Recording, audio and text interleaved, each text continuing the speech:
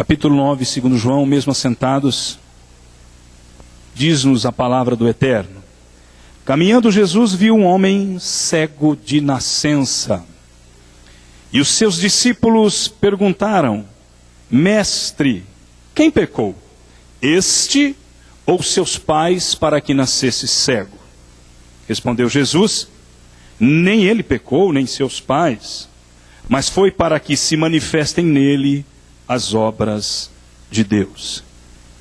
É necessário que façamos as obras daquele que me enviou enquanto é dia. A noite vem, quando ninguém pode trabalhar. Enquanto estou no mundo, sou a luz do mundo. E dito isto, cuspiu na terra e, tendo feito lodo com a saliva, aplicou-o aos olhos do cego, dizendo-lhe: Vai, lava-te no tanque de Siloé, que quer dizer enviado. Ele foi, lavou-se e voltou vendo. Meses atrás, eu, com o controle remoto, estava mudando de canal para canal até encontrar alguma coisa no Telecine, no HBO, coisas do gênero, quando me deparei com um filme sobre o qual eu havia lido um pouquinho. O título é Ensaio sobre a Cegueira, de Fernando Meirelles. Basicamente a história conta uma ficção, mostrando uma cidade e uma bactéria que causou a cegueira de todo mundo. Algo muito parecido com aquilo que aconteceu logo depois do Gênesis, ou do capítulo 3 de Gênesis. Eu quero que você continue marcado aí e venha comigo ao capítulo 3 de Gênesis. Capítulo 3, que a gente vai ver aqui não algo de Fernando Meirelles, mas algo do seu Adão e de Dona Eva. Gênesis, capítulo 3. Eu leio versículo 7. Logo depois de Dona Eva ter apanhado do fruto, ter comido do fruto, que Deus ordenara que não comessem, e ter dado ao seu marido Adão, que dele também comeu. O versículo 7 do capítulo 3 diz assim: Abriram-se então os olhos de ambos, e percebendo que estavam nus, coseram folhas de figueira e fizeram cintas para si. Quando ouviram a voz do Senhor Deus que andava no jardim pela virada do dia, esconderam-se da presença do Senhor Deus, o homem e sua mulher, por entre as árvores do jardim. E chamou o Senhor Deus ao homem e lhe perguntou: Onde estás? Ele respondeu: Ouvi a tua voz no jardim, e porque estava nu tive medo e me escondi. Perguntou-lhe Deus: Quem te fez saber que estavas nu? Comeste da árvore que te ordenei que não comesses? Então disse o homem: A mulher que me deste por esposa, foi ela me deu da árvore e eu comi. Disse o Senhor Deus à mulher: Que é isso que fizeste? Respondeu a mulher: Não, eu não, a serpente me enganou e eu comi. Seja como for, é muito interessante que o versículo 7 faça a seguinte afirmação: Abriram-se os olhos de ambos. Abriram-se os olhos de ambos. Mas coincidentemente, essa abertura de visão não mais lhes permite ver Deus como amigo. Deus não é mais amigo. Eles não conseguem enxergar mais a Deus como o seu amigo chegado, que vem todo dia passear no jardim, que vem comer churrasco, que vem passear com eles. Ah, churrasco não, acho que ainda não se matava animal naquela época. Então vai comer uma saladinha. Segundo, o homem não consegue mais ver a mulher como sua companheira, como aquele para a qual ele houvera feito um poema maravilhoso no finalzinho do capítulo 2. Osso dos meus ossos, carne da minha carne, será chamada varoa, porque do varão foi tomada. Ele está cego, não vê mais. Ele não consegue mais enxergar sua mulher como amiga. Terceira, ele não consegue mais enxergar a si mesmo como um ser humano resolvidaço, criado por Deus, perfeito, harmonioso. Quando ele olha para si, não se vê mais como bonito, não se admira mais, mas agora começa a botar um monte de defeito em si mesmo. Estou nu, não gosto mais de mim, tenho que me esconder. Queridos, então, o pecado abriu os olhos do homem para tudo, menos para aquilo que representa a essência e o fundamental da vida.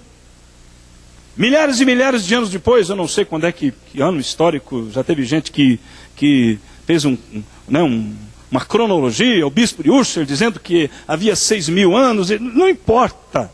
O que importa é que no século XVIII, no dia 14 de julho de 1789, você vai nos livros de história e vai ver que está escrito lá, a queda da Bastilha. A queda da Bastilha. Eu podia até chamar agora o irmão Alain para poder fazer aqui não é verdade, pastor? Você podia vir aqui agora, vai lá, 15, 20, 50, 1 hora, sabe? Tudo de história. Sobretudo porque nós estamos no país que vendeu para a humanidade a ideia do iluminismo. Embora o iluminismo não tenha chegado ou não tenha surgido necessariamente na França, mas a Inglaterra já exporta algumas noções de iluminismo. Mas a grande verdade é que a queda da Bastilha vai significar a entrada num novo mundo e na Era Moderna. E a Era Moderna é a Era das luzes, a ciência, a filosofia, mas para o final, na metade, para o final do século XIX, as ciências sociais, a sociologia, com homens extraordinários como Max Weber, como Emile Durkheim. Esses caras enxergam o mundo, e a ciência enxerga o mundo, e a ciência começa a enxergar a sua capacidade e diz assim, nós vamos trazer a paz para a Terra. Agora, 1917. O que acontece? 1917, 1918, 1919, estouram as revoluções russas. E logo vem a Primeira Guerra Mundial, avassaladora, devastadora. E aí então, os homens que enxergam tudo começam a perceber que na verdade não enxergam é nada. Queridos, o pecado é mais ou menos como aquilo que a gente vê no filme de Fernando Meirelles, Ensaio sobre a Cegueira. Todos estão cegos. Mas João, quando introduz o seu evangelho, vai nos trazer uma notícia muito interessante. Vai lembrar os seus de uma notícia muito interessante. Diz o evangelho, e no princípio era o verbo estava com Deus, e o verbo era Deus. Ele estava no princípio com Deus. Todas as coisas foram feitas por intermédio dele, e sem ele nada do que foi feito se fez. A vida estava nele, e a vida era a luz dos homens. O texto que lemos vai nos trazer, na verdade eu quero dizer o seguinte, os 41 capítulos deste texto nós não vamos ler. O texto vai trazer para a gente 14 perguntas. 14 perguntas. Poucos são os textos que trazem tantas interrogações. Tantas interrogações. E meu amado e minha amada, uma das coisas fundamentais no nosso tempo, não que em outras épocas isso não tivesse sido importante, mas pouquíssimos são os tempos em que precisássemos ou que precisemos de uma capacidade tão acurada de visão. Porque há 40 anos, as coisas eram mais ou menos assim, eram pretas e brancas. Hoje, você tem tudo num gradiente, um degradê. Você não sabe exatamente o que é certo, o que é errado. As coisas estão completamente misturadas. Não há certeza de nada. Vivemos num mundo líquido, como diz o Zygmunt Bauman, que acabou de morrer. Não acabou de morrer agora, faz umas 2 semanas. Não há certezas. Vivemos num mundo chamado de um mundo da pós-verdade. Não apenas um mundo pós-moderno, mas um mundo da pós-verdade. O que é verdade hoje não é mais verdade amanhã. As coisas evoluem, como se diz por aí. E nunca os cristãos foram tão desafiados a possuir ou a desenvolver a sua capacidade de visão. E mais do que tudo, a assumir aquilo que Jesus disse a respeito de nós. Vós não sois apenas o sal da terra, vós sois a luz do mundo. O texto vai nos dizer, eu vou trabalhar as 14 perguntas, pode ficar tranquilo. 8:03, quando for 8:35 a gente fecha. 8:35 a gente fecha. Pastor, 14 perguntas? 14 perguntas. A primeira delas, queridos, versículo 2. Os seus discípulos, quando viram o cego de nascença, perguntaram: Mestre, quem pecou, este ou seus pais, para que nascesse cego? Meus amados, obviamente que os discípulos não estão se referindo à doutrina do pecado original, aquela que cega a todos. Os discípulos estão se referindo a um fragmento que houvera sido desenvolvido na teologia judaica, de que um pecado específico gera um efeito específico. Então eles estão olhando para o cego, estão pensando inclusive no seguinte, de que o feto pode ter pecado, porque isso que passava na cabeça dos caras. Será que quem pecou deve ter sido o pai dele? E o pai dele deve ter cometido um pecado específico, e esse pecado específico desencadeou a cegueira. Essa era a pergunta. Essa pergunta vem de séculos atrás. Séculos atrás.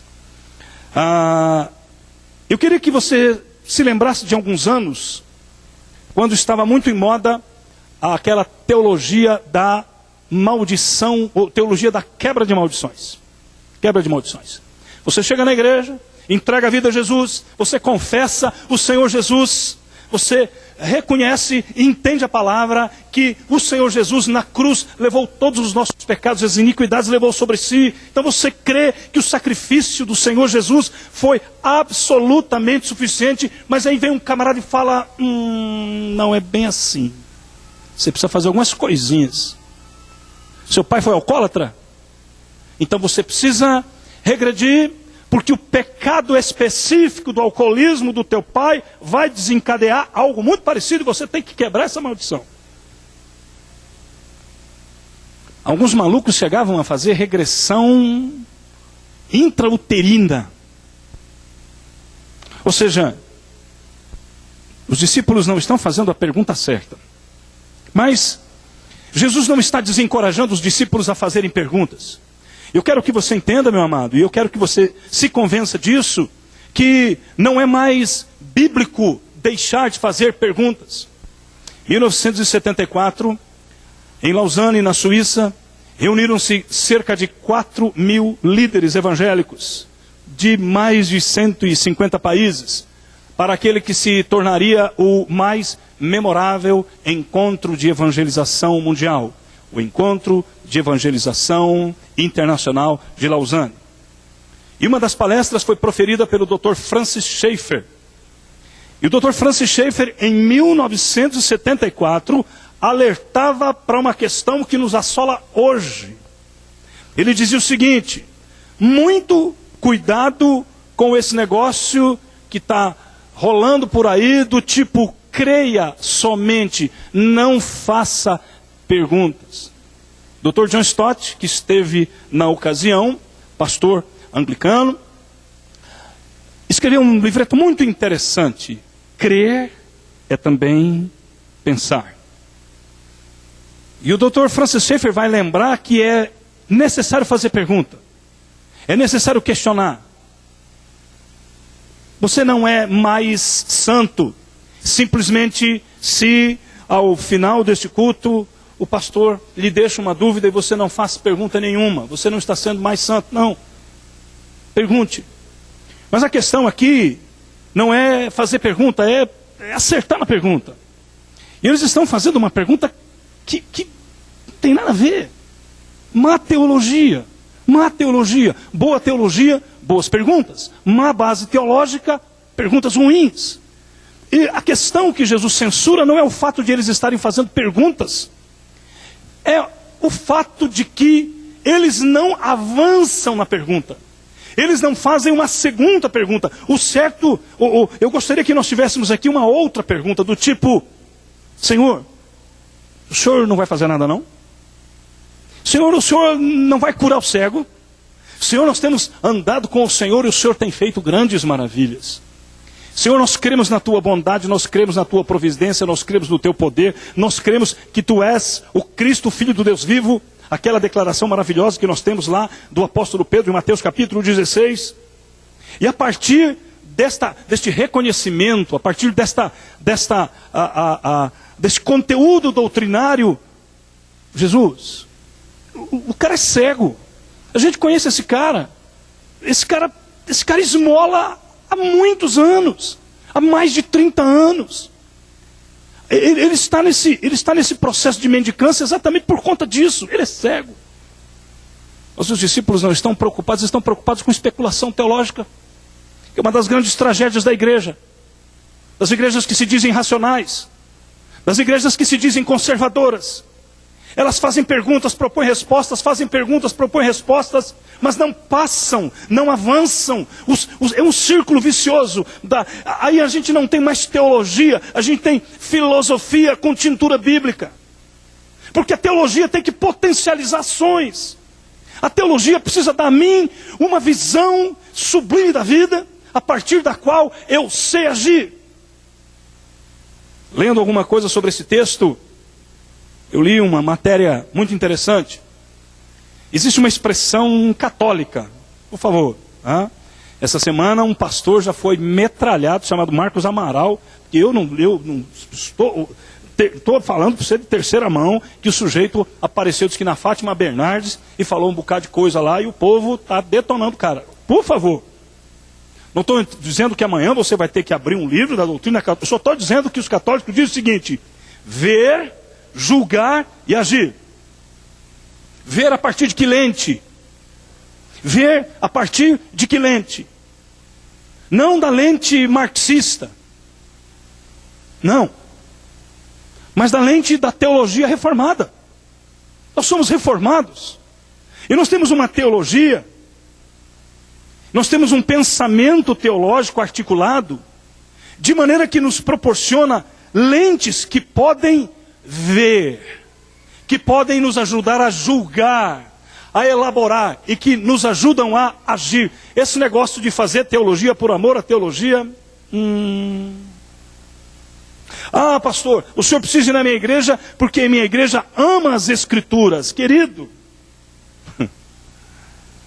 esse negócio de amar a escritura, eu assisto muito um palestrante, um historiador chamado Leandro Carnal. Olha o nome do cara, Leandro Carnal, com K. E o Leandro Carnal ama as escrituras, mas ele é ateu. A teologia não tem que ser o centro da nossa vida apenas. Cristo é o centro da nossa vida e Cristo é o centro da teologia. Então, os discípulos deveriam perguntar: ok, Senhor, ok, o Senhor está reformulando a nossa teologia. Agora nós sabemos que Tu és misericordioso, sabemos que Tu és poderoso. Por que Tu não ages? Que é uma pergunta profética, que é a pergunta dos profetas todos. Amados, vamos para a segunda pergunta. E depois nós vamos voltar para cá. O cego ouviu, Jesus parou diante dele, mesmo sem os discípulos terem pedido nada, mesmo sem os discípulos terem se compadecido do cego, estão mais preocupados em olhar para o cego como um produto de curiosidade teológica, de inquirição teológica, mas Jesus curou o sujeito. Na verdade ele vai, se lavou no tanque de Siloé, voltou vendo, não viu Jesus, e de repente vai começar a acontecer um negócio maluco. Por quê? Porque no versículo 8, os vizinhos encontraram com o camarada e ficam perplexos. Eles não viram a cura, mas viram o cara olhando. E aí, peraí, não nos recordamos de que esse sujeito tem um irmão gêmeo. Esse cara é cego. Nós conhecemos a família dele, nós vimos esse menino cego de nascença. E a segunda pergunta é a curiosidade. Não é este o que estava assentado pedindo esmolas? É a segunda pergunta que me encanta. É quando a gente vê alguém transformado pela graça do Eterno, alguém que foi tocado pelo poder do Eterno, alguém que foi transformado e começa a gerar questionamento em todo mundo. Eu estava na fila do banco numa cidade em que eu pastoreava, uma cidade chamada Registro. Eu estava na fila do Santander. E aí, papo vai, papo vem. Estávamos falando de sabedoria, o camarada soltava lá alguns autores, e eu comecei a falar da sabedoria de Salomão. O senhor é crente? Eu falei, sou pastor da igreja presbiteriana. O senhor é pastor da igreja presbiteriana? Então o senhor é o pastor do Ezequiel. Eu falei, sim, inclusive meu amigão. Olha, um dia vou na sua igreja, porque quando eu encontrei com Ezequiel e pedi para a gente ir para uma roubada, ele disse assim, não cara, tô fora. Você tá zoando comigo. Tô fora. Sou crente em Jesus. Era aí, rapaz, eu te conheço. Tu é cego de nascença, rapaz. Tu deve ter irmão gêmeo. Deve estar brincando comigo. Porque eu conheço a tua história. Eu conheço o teu currículo. Eu conheço a tua vida pregressa. Eu conheço a lista de pecados detalhadamente. Eu sei onde é que você andou. Eu sei o que você fez. Sim. Passou. Fui transformado pela graça do Eterno. A segunda pergunta é a pergunta que eu gostaria de ver as pessoas fazendo para a gente. Fazendo para a gente. Fazendo para as pessoas que entram aqui e voltam transformadas. As pessoas que nos visitam e no encontro com a igreja. Pastor, não é um encontro com Cristo? Claro, meu irmão, que é encontro com Cristo. E quando ele se encontra com Cristo, ele não se encontra apenas com o cabeça da igreja. Ele se encontra com o corpo da igreja. Isso é doutrina, isso é teologia, querido, isso é Bíblia. Essa ideia de que você convida alguém para vir na igreja dizendo, meu irmão, você vai na igreja, mas não olha para o pastor da igreja, não olhe para os pastores, não olhe para os presbíteros, olhe para Jesus. Que história é essa? Olha para a igreja, rapaz. Fala, vai vir a minha igreja, lá tem bênção de Deus, lá tem cura de Deus, lá é poder de Deus se manifestando. Ué, vocês não são pecadores, não pecadores sim, renovados, transformados pelo sangue do Cordeiro, mas nós somos o corpo de Cristo. É por meio do corpo de Cristo que o Espírito Santo de Deus atua. E essa segunda pergunta é encantadora, porque ela leva à curiosidade daqueles que se encontram com alguém que foi transformado pela graça de Deus. Era cego e agora está vendo. Nós vamos para uma outra pergunta. Versículo 10. Como te foram abertos os olhos? Como te foram abertos os olhos? Irmãos, Israel tem um problema sério de cegueira. Esse sujeito é nascido cego. Mas há um vento em Israel, uma poeirinha que paira no ar e que causa cegueira. Meninos com 14, com 15 anos, com 20 anos vão perdendo a visão. Então não é raro você encontrar aqui e ali cego, mendigando. Gente que perdeu a chance de levar uma vida melhor por conta disso. A vida é dura, imagina para um cego. E agora, a pergunta é, como te foram abertos os olhos? Essa pergunta é muito interessante porque dá a oportunidade do testemunho. Essa pergunta é importante porque tenta avaliar a causa. Quem é que está por detrás disso? Quem é que está por detrás disso? É interessante que ele sabe quem é que está por detrás disso e exatamente a sua compreensão que vai gerar uma turbulência no meio das autoridades e dos religiosos em Israel.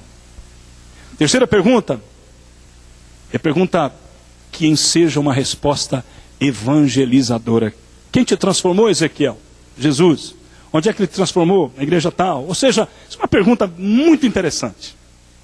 Nós vamos para outras perguntas. Estamos na terceira, vamos lá. Vamos para a resposta, obviamente. O cego respondeu, o ex-cego, né? O homem chamado Jesus fez lodo, untou-me os olhos e disse-me, vai ao tanque de Siloé e lava-te. Então fui, lavei-me, estou vendo. Interessante que o testemunho do cego inclui o fato de Jesus ter cuspido, e não foi pouco que Jesus cuspiu. Foi uma cena meio nojenta. Talvez há muitas interpretações a respeito do texto. Uma delas é de que Jesus está ali, de fato, fazendo algo para quebrar a convenção. Tudo é muito nojento, tudo contamina. E Jesus então vai dizer, aquilo que eu toco não contamina, aquilo que eu toco salva. Isso aqui sujava? Pois eu vou mostrar para você que esse negócio salva. Ninguém toca leproso nessa terra não, é? Pois eu vou mostrar para você que eu vou tocar no leproso e o leproso vai curar.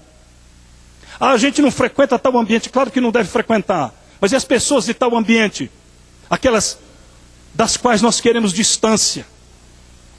Então, o cego disse, eu fui simples. Simples.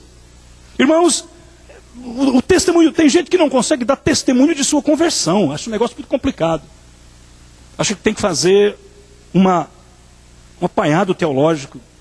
O cego disse somente o que lhe perguntaram. Eu era cego, né? Estou vendo agora. Pergunta número 4. Onde está ele? Ele respondeu, não sei. Não faço a menor ideia. Essa quarta pergunta é muito interessante, porque Jesus podia ter dado ao cego algumas indicações. Olha, eu sou Jesus de Nazaré, eu vou estar no endereço tal, você pode me procurar depois, aqui está o meu cartão, tá, o meu WhatsApp tal, claro, TIM, Vivo, então você me liga depois. Nada. O sujeito foi se lavar e não fazia a menor ideia onde é que estava Jesus. Não fazia a menor ideia onde estava o Senhor Jesus. Essa quarta pergunta mostra que aquele que recupera a visão tem a primeira das certezas. Eu era cego, eu estou vendo. Agora é que eu vou entender. Eu ainda não estou entendendo nada. Ele tropeçou em mim, eu tropecei nele, e ele me curou. Queridos, nós encontramos tantos irmãozinhos por aí, tantas irmãzinhas por aí, dos quais e das quais nós jocosamente zombamos, porque não sabem teologizar. Não sabem dar explicações mais precisas daquilo que aconteceu. Eu estou olhando aqui para a Marinês, estou olhando aqui para o Luciano. Cadê o Realindo? Você está aí, Realindo, hoje? Cadê o Realindo? Está lá? Está não, né? Está lá, Realindo, né? Isso é um nome, gente, isso é um nome. A mãe, para botar um nome desse, devia olhar para aquela criança e falar, rapaz, você não vai ser Tom Cruise, mas você vai arrebentar a boca do balão. E quando eu olho para esses queridos, me encanta, porque o trabalho que nós temos no Serra Dourada, eu gostaria que você entendesse que a IPCG tem esse DNA. Tem esse DNA. Gente absolutamente simples que vem para cá. E que se você for fazer um exame teológico, eles vão dizer, Marinês, você deu uma aula tão boa, eu prestei atenção, mas eu não gravei muita coisa, não.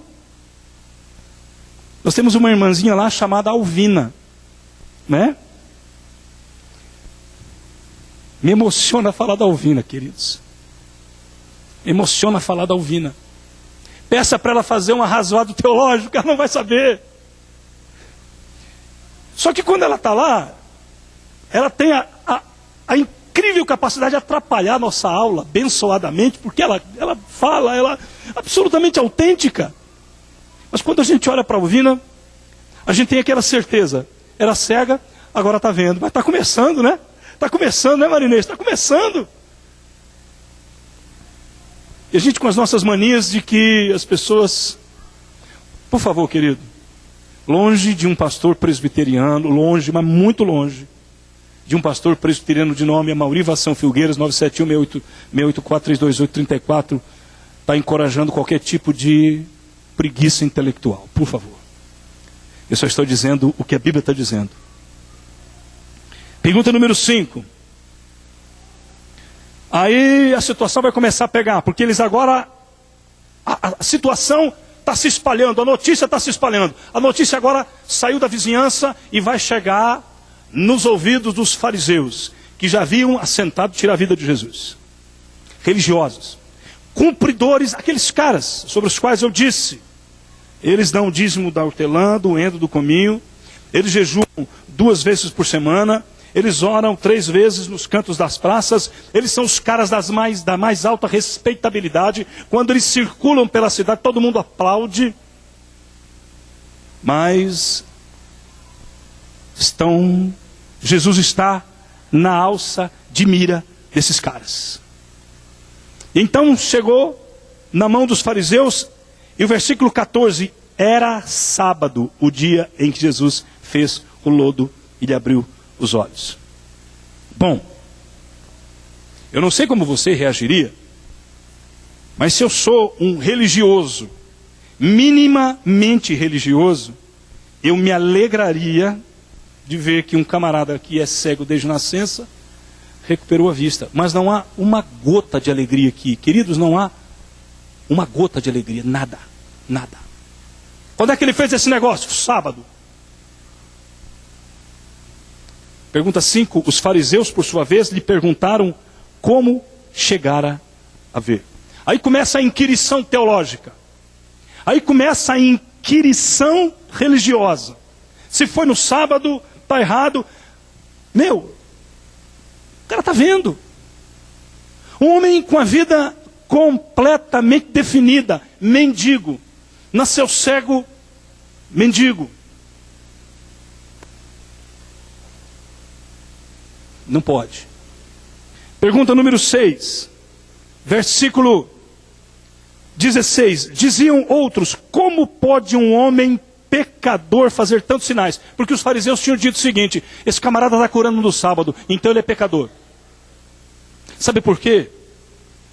Porque a religião, o legalismo, tem a capacidade de queimar a retina da nossa sensibilidade. Presta atenção. Presta atenção.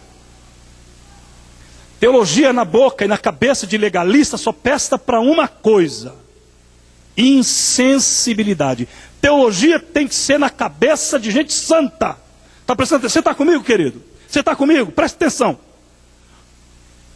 Não tem esse negócio do cara ser bom teólogo e não ser impiedoso. Não existe.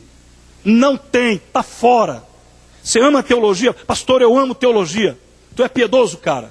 Então, rapaz, a teologia para você vai ser um instrumento de açoite. A teologia vai ser um instrumento de açoite. Você vai se tornar um arrogante. Você vai se tornar um presunçoso. Teologia, ou compreensão teológica, ou meticulosidade teológica, na mão, na boca, na cabeça, no coração de gente legalista, de gente religiosa, é açoite.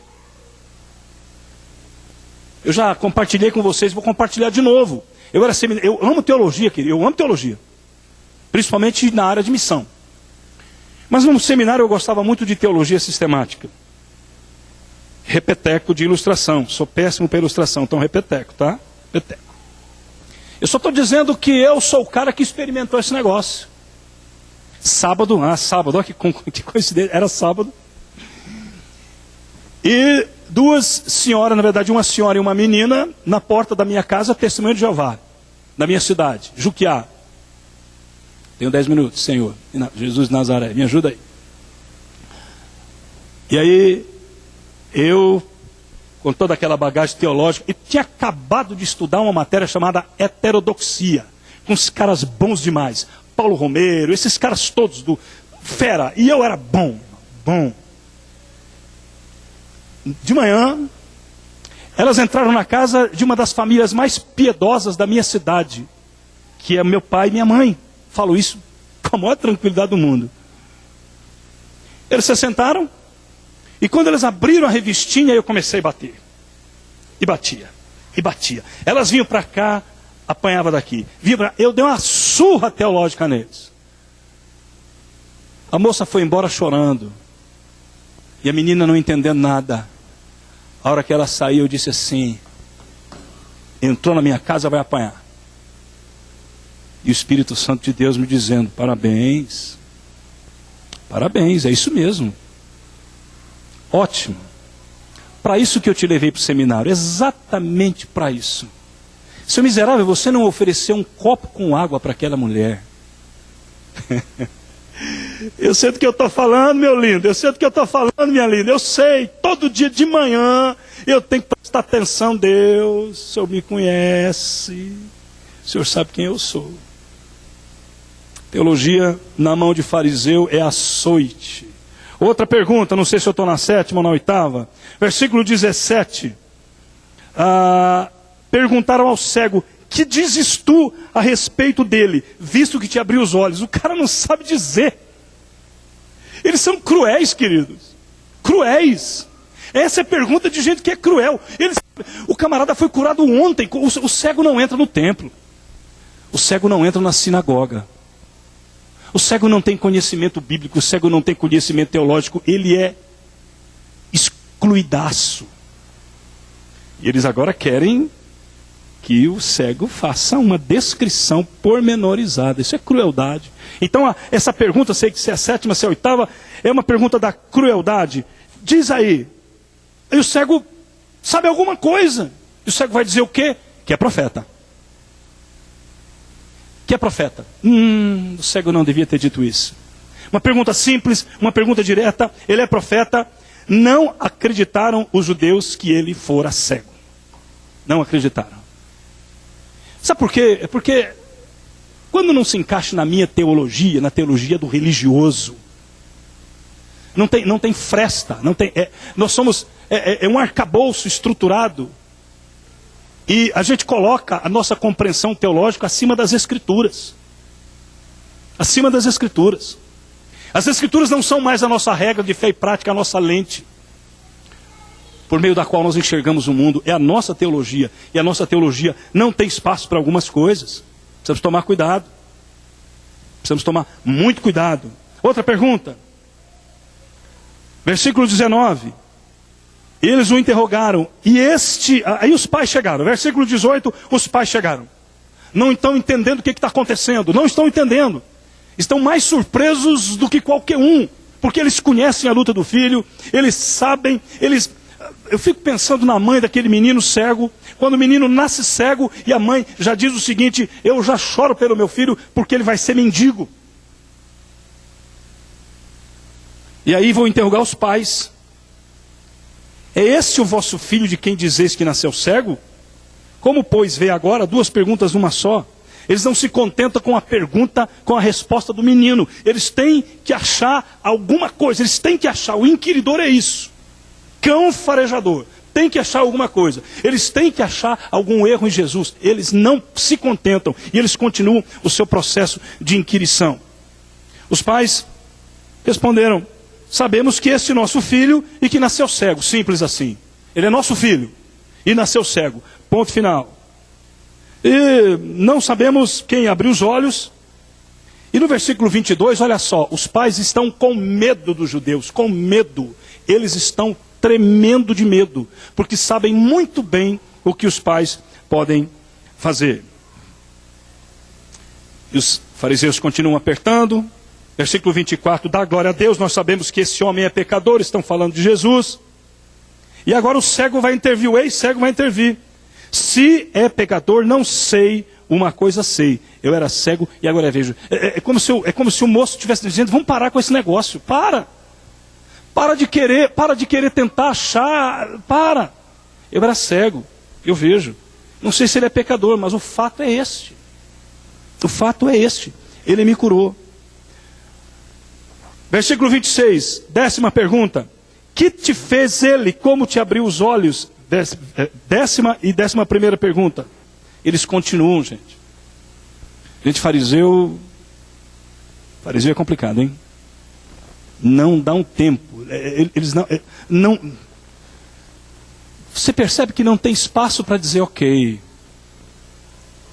a tua vida vai ser diferente agora, rapaz. Que bom, não é? A gente conhece alguns cegos por aqui. Talvez no meio daqueles fariseus houvessem cegos também. Cegos eles eram todos. Mas na família podia ter gente cega, mas eles não têm um mínimo uma gota de piedade. Uma gota de piedade. Todas as perguntas são inquiridoras. E eles vão afirmando, eles injuriaram, versículo 28, e eles afirmam arrogantemente: você é discípulo desse Jesus, nós somos discípulos de Moisés. Eles vão fazendo afirmações teológicas. Versículo 31, Deus não atende a pecadores. Eles expulsaram o cego de lá. Nós vamos para a 11ª ou 12ª pergunta para concluir. Versículo 35. Ouvindo Jesus que o tinham expulsado, encontrando-o, lhe perguntou: crês no Filho do Homem? Repare que agora as perguntas não são mais feitas por fariseus. Não são mais feitas por gente religiosa, legalista, que tem a alegria como inimiga, que não está preocupada com a transformação, com a cura, com a libertação. Estão preocupados com as suas próprias convenções, estão preocupados com a própria rede teológica que armaram para aprisionar a si mesmos. Mas agora entra em cena Jesus de Nazaré, ou volta à cena Jesus de Nazaré. E Jesus de Nazaré chega para o moço e vai fazer uma pergunta que é a pergunta fundamental que eu e você devemos fazer para todos. E aqui nós temos uma sequência interessante, que eu já ouvi alguns dizerem o seguinte: essa igreja dá muita cesta básica, essa igreja faz muita misericórdia, e 6 meses depois, se o camarada não vier para a igreja, corta. Eu tenho ouvido um monte de coisa assim, gente. Um monte de coisa. Não, primeiro vem a evangelização, depois vem... Olhe para o texto. Olhe para o texto. Você já pensou na possibilidade de você querer ser mais sábio que Jesus? De você chegar para Jesus e falar assim: Jesus, vem cá. Eu acho que o senhor inverteu a ordem aí. Porque Jesus, a primeira pergunta que o senhor tinha feito para ele antes de curar, é se ele crê. Percebe? Jesus mostra misericórdia, assim como ele fez com tantos. Mostre misericórdia, querido. Seja elemento, seja agente de cura. Seja agente de cura. Mas nunca deixe de fazer essa pergunta fundamental. Porque nós não somos uma ONG. Nós não somos uma ONG. Nós não somos aquilo que Clodovis Boff, aquilo que Leonardo Boff desejaram tanto. Nós não somos uma SEB, uma comunidade eclesial de base. Nossas ferramentas de leitura não são ferramentas do marxismo dialético, não. Nossa leitura é feita através da Escritura, por meio da Escritura. E a nossa leitura da Escritura nos diz o seguinte: amarás a Deus sobre todas as coisas e o próximo como a ti mesmo. Nunca perca a oportunidade de ser agente de cura. Não precisa fazer 10 perguntas antes de ser agente de cura. Aos 10 leprosos, Jesus não fez um elenco de perguntas. Escuta, vocês vão voltar para me dar glória? Percebe? Simplesmente sirva. Simplesmente seja agente de cura. Mas se você tiver a oportunidade, e espero que você sempre a tenha, faça essa pergunta fundamental: crês tu no Filho do Homem? O erro que podemos cometer, ou que possamos cometer, é de nos tornar apenas uma agência de atendimento às necessidades físicas. Nós somos uma agência que vai fazer esse tipo de pergunta sempre: crês tu no Filho do Homem? Esta é a pergunta essencial que nós não podemos deixar de fazer. 13ª pergunta: quem é Senhor para que eu nele creia? E aí sim, chegou o momento da exposição. Olha, deixa eu conversar com você. Assim.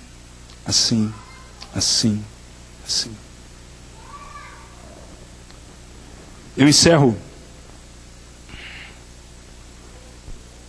a 14ª pergunta do versículo 40. Alguns dentre os fariseus que estavam perto dele perguntaram-lhe: acaso também nós somos cegos? Porque Jesus havia dito no versículo 39, prosseguiu Jesus: eu vim a este mundo para juízo, a fim de que os que não veem, vejam, e os que veem se tornem cegos. Ou seja, é como se Jesus tivesse dito para mim assim: Amaury, você acha que você vê bastante, não é? Você acha que você vê bastante? Pois então, à medida que você vai se tornando arrogante, cara, você vai ficar ceguinho. Você não vai ver nada. A tua teologia não vai ser lente, vai ser venda. Olha o perigo, queridos. Teologia sem piedade não é lente, é venda. Gravou? Gravou? Teologia sem piedade não é lente. Para ver, para julgar, para agir. Para perceber a necessidade. Para encontrar resposta para a necessidade. Para poder entender o que Deus tem para a gente. Teologia sem piedade é venda. Claro que o cego creio, Senhor, e o adorou, versículo 38. Jesus já havia dito no capítulo 4 à mulher samaritana: Deus é espírito, e importa que os seus adoradores o adorem em espírito e em verdade. Aqui está o cego, enxergando com toda clareza. Ele o adorou. A nossa capacidade de visão é completamente restabelecida quando nós nos tornamos verdadeiros adoradores. Grave isso. E o cego adorou. Está longe de saber todas as perguntas e todas as respostas. Está longe de chamar alguém e expor a teologia da evangelização ou de qualquer outro tema. Mas ele sabe quem o curou. Ele foi tocado pela bondade da graça. E como nós colocamos no boletim hoje, eu não sei como é que está escrito aí. Tem alguém que está com o boletim aí? Esqueci. Alguém está com o boletim, por favor? Leia para mim. O que está escrito aí, Ricardo? Isso.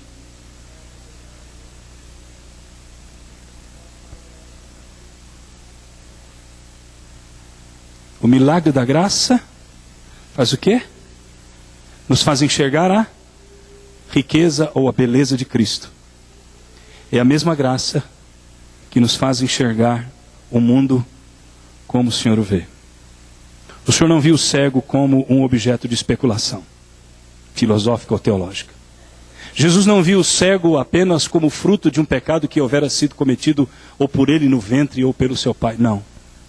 Jesus olha para o cego e diz aqui: a glória de Deus vai se manifestar. Bendito seja o nome do Senhor. Tempo de crise. Tempo de encontrar gente de tudo quanto é jeito. Olhe a partir da graça.